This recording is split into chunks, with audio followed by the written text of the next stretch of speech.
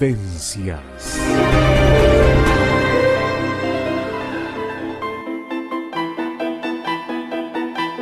El todo y sus partes.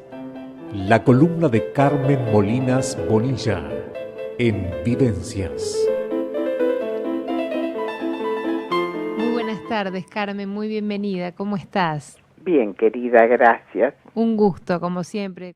Hoy te toca, nos vas a introducir en un tema bastante apasionante, diría, ¿no? Porque te vas a meter con los laberintos, con el significado cultural, con la interpretación de los laberintos como símbolo, que es muy amplio y también es rico, y que está presente en diversas culturas, en épocas, en lugares, y que siempre ha sido un símbolo a nivel de la esencia misma humana, ¿no? Y los hay de todo tipo, cuadrados, rectangulares, circulares, y hoy tendremos el agrado de que nos vayas introduciendo a estos laberintos. Capaz que podemos empezar por ver qué es un laberinto, si te parece, para que nos introduzcas lentamente en este tema tan apasionante. Muy bien. Buenas tardes a la audiencia, digo primero. ¿Cómo no? Buenas tardes.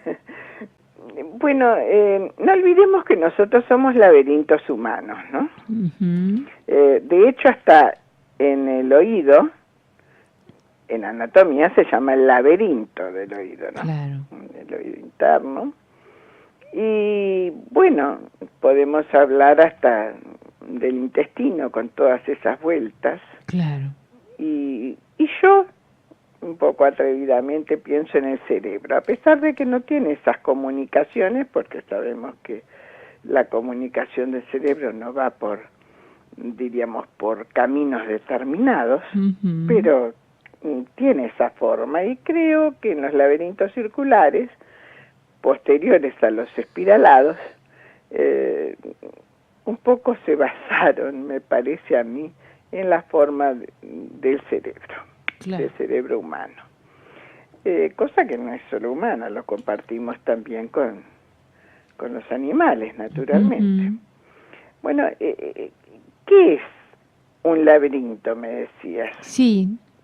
Un laberinto que viene del latín laberintus, Sí. y a su vez del griego, es un lugar formado por calles o caminos y encrucijadas, intencionalmente complejo, Uh-huh. para confundir a quien se adentre en él. Sí. Ahora, el primer atisbo del laberinto apareció muy temprano. ¿Cuándo fue esto? Data de la edad del bronce, más o Uh-huh. menos.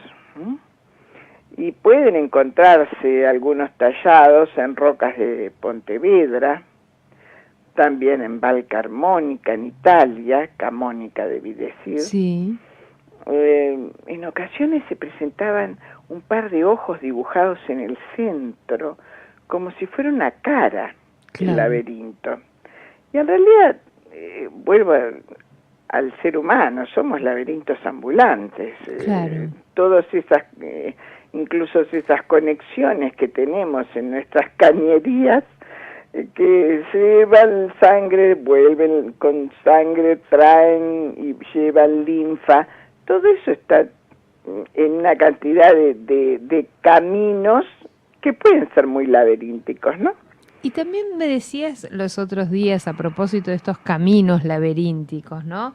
Que los laberintos tienen algo, tienen correlación con los mandalas, que también tienen un centro y contienen como un interior organizado, Sí. Y que tienen que ver con esos caminos también de la vida, También esas vueltas. no olvidemos que los mandalas eran símbolos rituales. Claro, pero Entonces, están correlacionados. Símbolos rituales de la vida. Claro, y pero todo lo que tenía que ver con los rituales de vida tenía mucho que ver con el laberinto, porque el laberinto, el llegar al centro del laberinto, Uh-huh. era como llegar al centro de la vida. Claro. De manera que había muchos caminos para poder llegar. Uh-huh.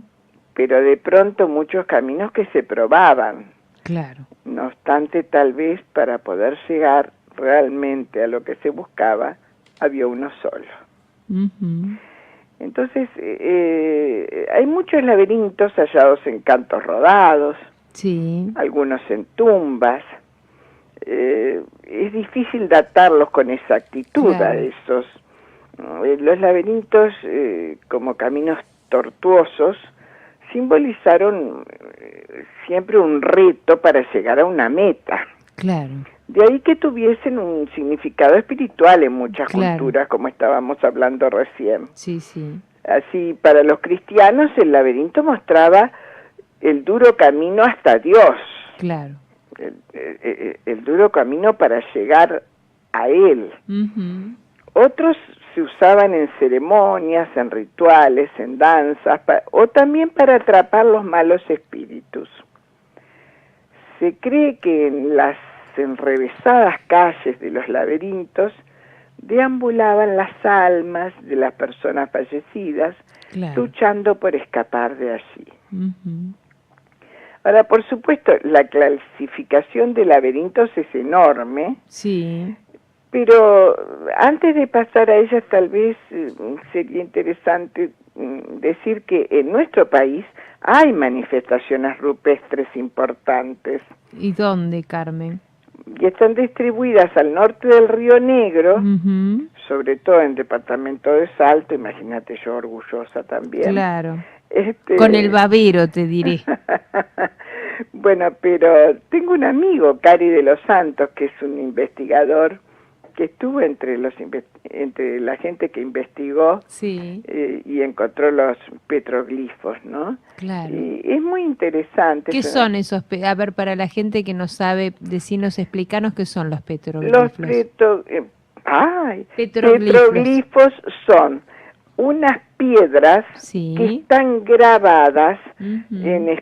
en profundidad, especialmente con algunas otras piedras o algo que hayan permitido el desgaste de las mismas, Sí, como para que hicieran como un bajo relieve. ujú.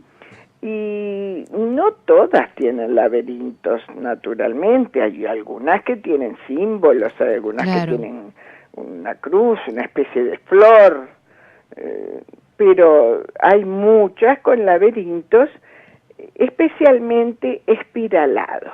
Espiralados. ¿Y eso a qué pudieron constatar por qué espiralados? No hay una respuesta al por qué eran espiralados. Son los que se encontraron entonces. Son los que se encontraron. Sabes que aquí es un estudio que se ha hecho, no está muy desarrollada Claro. ni la arqueología ni la paleontología. Ujú. Y bueno, esto sí se sabe que estos petroglifos, alrededor de ellos, Sí. apareció abundante material tallado perteneciente a sociedades de cazadores, de recolectores de nuestro territorio. Claro. También se ubican en toda el área de lo que se llama el Valle del Hilo de la Vida, Ajá. que no está lejos de una decena de cerros, que está propiamente en La Valleja, continúa en Maldonado y en Rocha, Sí. en los que ya desde más o menos 1863 se han registrado cientos de distintos tipos de agrupaciones líticas, ¿no? O Claro. sea, de piedras trabajadas, Ujú. indígenas. Y estos agrupamientos líticos son más sencillos que el centenar y medio que se descubrió en el último tiempo en Salto, ¿no? Claro. Parece que el de Salto y el de Salsipuedes y en el departamento de Artigas también se han encontrado una cantidad que la han relacionado con prácticas de nuestras tribus, Claro. no solo de los charrúas, de los guenoas, Claro. también, y de otras culturas, y ya se comprobó que desde más o menos 1700 y pico, el presbítero Miguel Marimón Ujú. había hecho un mapa con anotaciones de dónde estaban Sí. estos afloramientos pétreos, ¿no? Claro. La trascendencia arqueológica de esas primeras visualizaciones Las tuvo, bueno, de las primeras fue Marimón, como te digo. Claro. Pero el que las visualizó y dejó más, diríamos, sistematizó un poco más e interrelacionó con otros descubrimientos en otros cerros y en otros valles, fue un zoólogo. Claro. Fíjate que no fue un arqueólogo, Uh-huh. que se llama Carlos Prigioni. Uh-huh. Y bueno, esas piedras que se han venido ubicando tienen un radio de unas 10.000 hectáreas, no, Uh-huh. no es poca cosa. Claro. Y es la misma región noroeste donde se desarrollaron las primeras y las últimas actividades de las culturas indígenas, Claro. que están registradas por ejemplo, en el Catalanense, que era un yacimiento de industrias líticas de hace 11.000 años en el departamento de Artigas, fíjate. Claro. Y en la estancia cuartel artiguista de Arerunguá, que está propiamente en el departamento de Salto, donde tuvo su último refugio la tribu de charrúas y los minuanes, Claro. y sobrevivientes de otras tribus, coaligadas con ellos, ¿no? Entonces... O sea que en nuestros indígenas podemos ver vestigios de estos laberintos que hoy estamos trayendo al programa de alguna manera. Vestigios importantes, claro, de esas culturas primigenias en nuestro territorio, que naturalmente, que no están solo en nuestro territorio, estos petroglifos se han identificado en áreas de la Cuenca del Plata, como el norte de Argentina, claro, sur de Brasil, Chile. Los grabados descubiertos al norte de América del Sur pertenecen como a otras culturas, o sea, ya son un poco diferentes, pero en definitiva todos, de una manera o de otra, son grabados en piedra en los cuales muchas veces, con muchísima frecuencia, se encuentran esos laberintos. Con la forma que sea. Claro. Parece que fuera la más fácil, o tal vez tendría que ver con su propia religión, claro, el espiral. Hablemos de las formas de los laberintos. Hay distintos grupos, quizás tengas que decir a grandes rasgos porque te llevaría, creo que la cantidad de grupos que hay, no sé cuántos programas, pero por lo menos a grandes rasgos los más conocidos, porque hay diversos tipos de laberintos. Sí, sí. Hay distintas clasificaciones, pero antes de las clasificaciones, sería interesante decir un poco algo sobre la leyenda bueno, y ¿cómo las no? curiosidades sobre el laberinto, porque cómo empezó la leyenda. Sí, la leyenda del Minotauro, del mito del Minotauro. Me había olvidado de esa leyenda, me pareció que ya habíamos hablado, así que está muy bien porque eso tiene que ver con los orígenes. Claro, porque cuando uno relaciona el laberinto, siempre lo relaciona con la leyenda del Minotauro. Claro, a ver, ¿y en qué consistió esa leyenda y por qué hay esta relación con el laberinto? Sí, porque según la leyenda, en Knossos, que era una ciudad cretense, una ciudad griega, en la que se encuentra el palacio del rey Minos, había un laberinto. Ese laberinto se llamaba laberinto de Creta, que había mandado a construir el rey Minos, de acuerdo con la mitología, para encerrar al Minotauro, que era un monstruo, mitad humano, mitad toro, hijo de Pasifae, que era la esposa del rey Minos, pero no con el rey. Lo había tenido con un toro enviado por el dios Poseidón. Tú recuerdas que tanto la mitología griega como la romana le daban a sus dioses cualidades y defectos humanos. Tal cual, Entonces, a petición de Minos, el inventor Dédalo, que era un arquitecto que estaba desterrado allí en la isla de Creta, construyó este laberinto para encerrar al Minotauro. Y el Minotauro, un monstruo, devoraba a quien se adentraba allí. Claro. Y es más, para calmarlo, le hacían sacrificios humanos. Claro. Así que no era solo que devoraba a quien se adentrara allí, sino que exigía sacrificios humanos. Entonces, Teseo, que era hijo del rey Egeo, entró en el laberinto para matar al Minotauro, que tantas vidas se llevaba. Claro. Y consiguió salir de él gracias a la ayuda de Ariadna, que era hija de Minos, vendría a ser medio hermana del Minotauro, Claro. quien le dio a Teseo un hilo, que es el famoso hilo de Ariadna, Sí. para no perderse dentro del laberinto. Bueno, más tarde Dédalo cayó en desgracia. Y bueno, resulta que ese mismo laberinto que había construido y que ya estaba libre del Minotauro porque Teseo lo había matado, fue la prisión con el que el rey Minos, en donde el rey Minos encerró a Dédalo. Claro. Pero ya no porque Dédalo no supiera salir, sino que cerró las salidas del laberinto. Claro. Lo encerró con su hijo, Ícaro. Pero Dédalo era muy ingenioso. Y entonces diseñó unas alas de cera y plumas que se las colocó a su hijo Ícaro y a él, que le permitieron salvar los muros de la extraña prisión, ¿no? Porque los laberintos en realidad no tienen techo.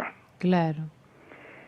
Se remontaron sobre el Mediterráneo, pero Ícaro, y esa es una leyenda muy conocida, desobedeciendo los consejos de su padre que no volara cerca del sol, estaba tan feliz de estar tan arriba y que se fue acercando al sol hasta que los rayos derritieron la cera de las alas y cayó al mar. Esa es la leyenda del laberinto griego, ¿no? Claro. Del Minotauro. Ahora, hay que ver que si bien es cierto que Dédalo era un brillante arquitecto, hay quien dice que la base del laberinto, la base de la idea del laberinto, es la del palacio de Knossos, del propio Minos, del rey Minos, ¿no? Claro. Porque era una construcción tan sofisticada y de tecnología tan alta, estaba tan, pero tan repleto de múltiples habitaciones y tenía todas las mejoras conocidas por la tecnología de entonces, incluyendo un sistema de alcantarillas. Bueno, tan impresionante que los aqueos, cuando invadieron Minos y buscaban al rey para matarlo, no podían encontrarlo. Claro. Recorrían el palacio de Knossos, pero eran como un laberinto, o sea, es más, se han encontrado a posteriori, y esto no tiene que ver con la leyenda, son cosas concretas, testimoniales, dibujos de hachas de doble filo. Claro. Y el hacha de doble filo, ¿sabes cómo se llama en griego? No. Labris. Labris tiene quiere mucho que decir? ver con laberinto. ¿Qué quiere decir laberinto? Viene, es, diríamos, la raíz de la palabra laberinto. Es la raíz. O sea, labris es lo intrincado. Claro. Que había dado nombre a su construcción, ¿no? El laberinto de la leyenda griega, también hay otros, porque sabes que en esas cosas siempre hay especulaciones. Claro.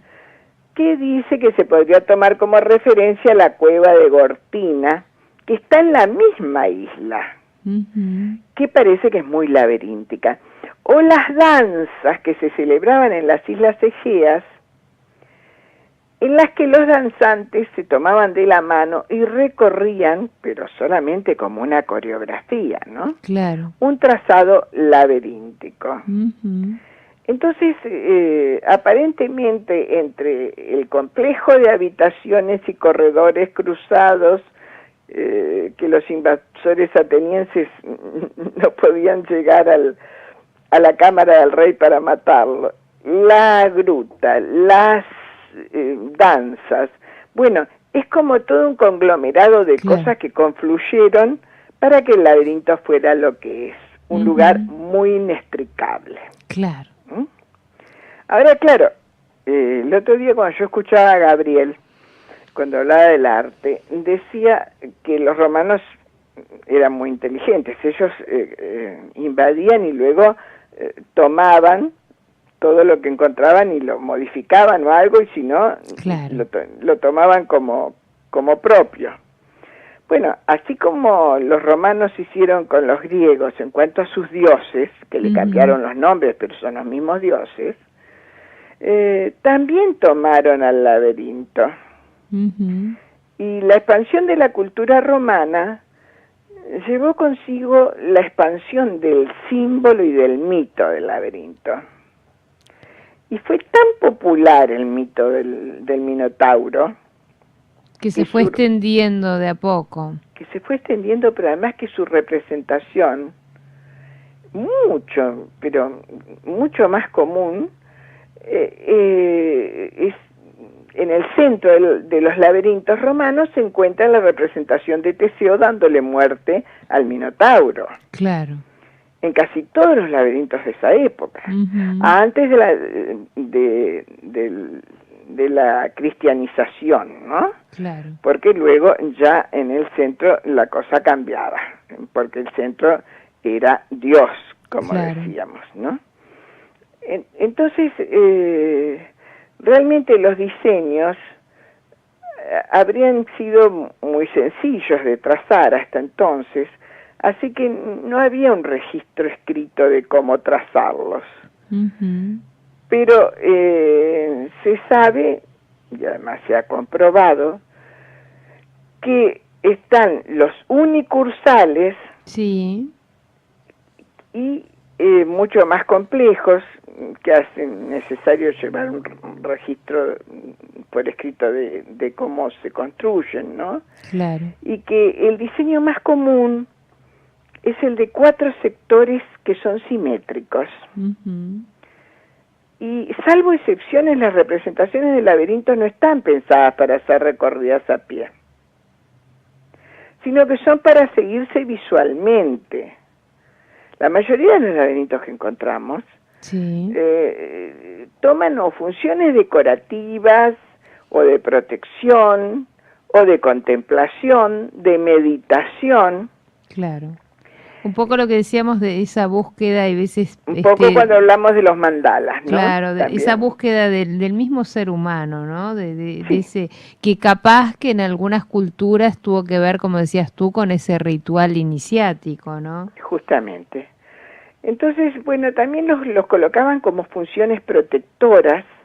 Claro, de los malos espíritus, como decías. Entonces, en mosaicos en los suelos de las entradas de las casas, en las de muchos edificios públicos y privados. Mira, se puede ver en Pompeya, se puede ver en Portugal, en España, por supuesto. Como decías también los otros días, en las puertas de algunas catedrales están dibujados. Inclusive y yo creo los picaportes. Sí, yo publiqué uno que es de una catedral gótica.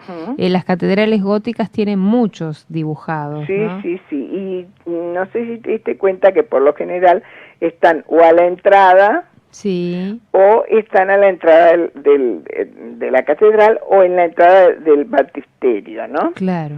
Era como elemento de protección y también destinados a confundir a aquellos tanto de este mundo como del otro que quisieran turbar la paz de quien allí vivía, o si fuera en una tumba, porque también las tumbas lo tenían, a quien allí yacía. Pero bueno, después se cristianizó el símbolo, como decíamos hoy. Y entre esta tipología del laberinto y el medieval, que llegó siglos y siglos más tarde, hay un paso intermedio. Y allí es que se cristianiza el símbolo y la temática. Claro. Se mantiene esa tipología grecorromana, claro, pero los motivos centrales se cristianizan y se sustituyen esas imágenes de Minotauro, como yo te había dicho hoy, o la lucha con Teseo, por motivos religiosos. Claro. Hay uno de los primeros ejemplos que me gustaría destacar, es el laberinto que se encuentra en la Basílica San Reparatus en Argelia, que es una basílica que tiene más de 300 años después de Cristo, donde el motivo central es sustituido por una serie de letras en la que se lee Santa Ecclesia, Santa Iglesia, de manera tal que siempre yendo para un lado o para el otro encontramos que es la búsqueda del centro del individuo o del centro de de la creación, claro, o de el llegar a una meta, sea de defensa, pero siempre es de vida. Claro, y tiene que ver, por lo que venís hablando, como pasa en distintas etapas de la vida del hombre, tiene que ver con las etapas que pasamos en la historia, y cómo se ve el hombre parado frente al universo, en qué parte también tiene que ver con estos laberintos que estás hablando. Exactamente, en qué parte del laberinto va, claro, a qué altura del laberinto va y si está bien orientado o no. Claro. Si tiene que regresar por donde empezó o si puede seguir avanzando. Tiene un significado, por eso muchos dicen que el laberinto es un símbolo realmente, claro, ¿no? Y yo coincido. Ahora, en la clasificación que tú me hablabas, hay dos. Hay una clasificación general que la divide en dos grandes grupos, según la relación que existe con el centro y con la salida del mismo. A ver, ¿cómo es eso? Y diríamos que el primer grupo de esos laberintos es el laberinto clásico, que le llaman laberinto univiario, una vía. Es el que hace recorrer, al ingresar en él, todo el espacio. En este no hay bifurcaciones.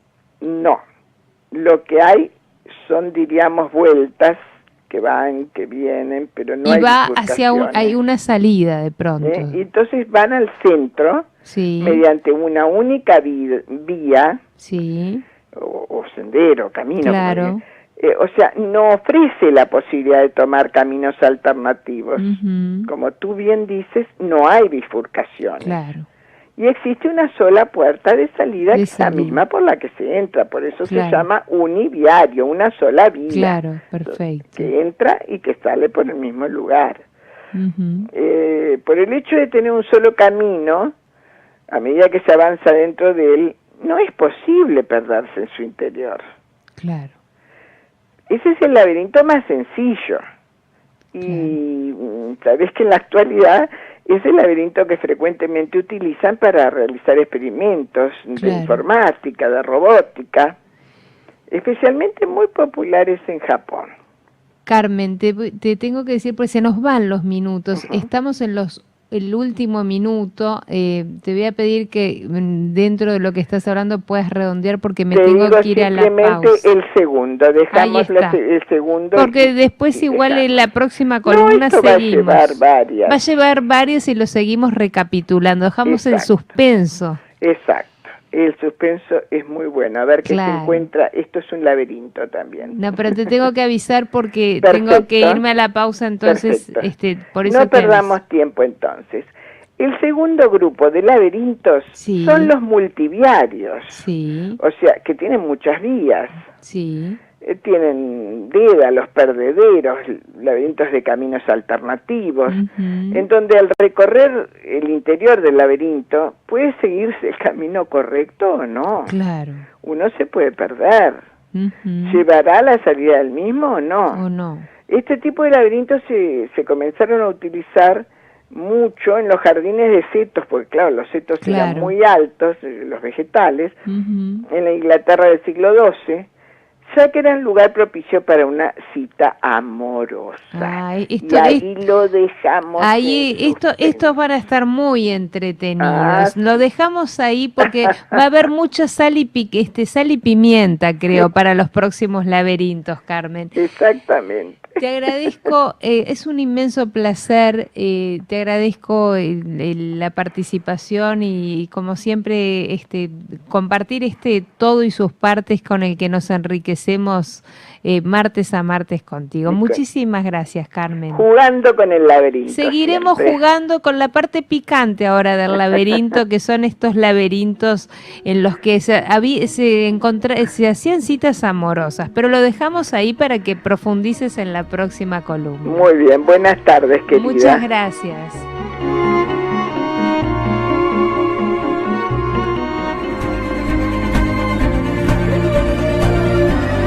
Vivencias.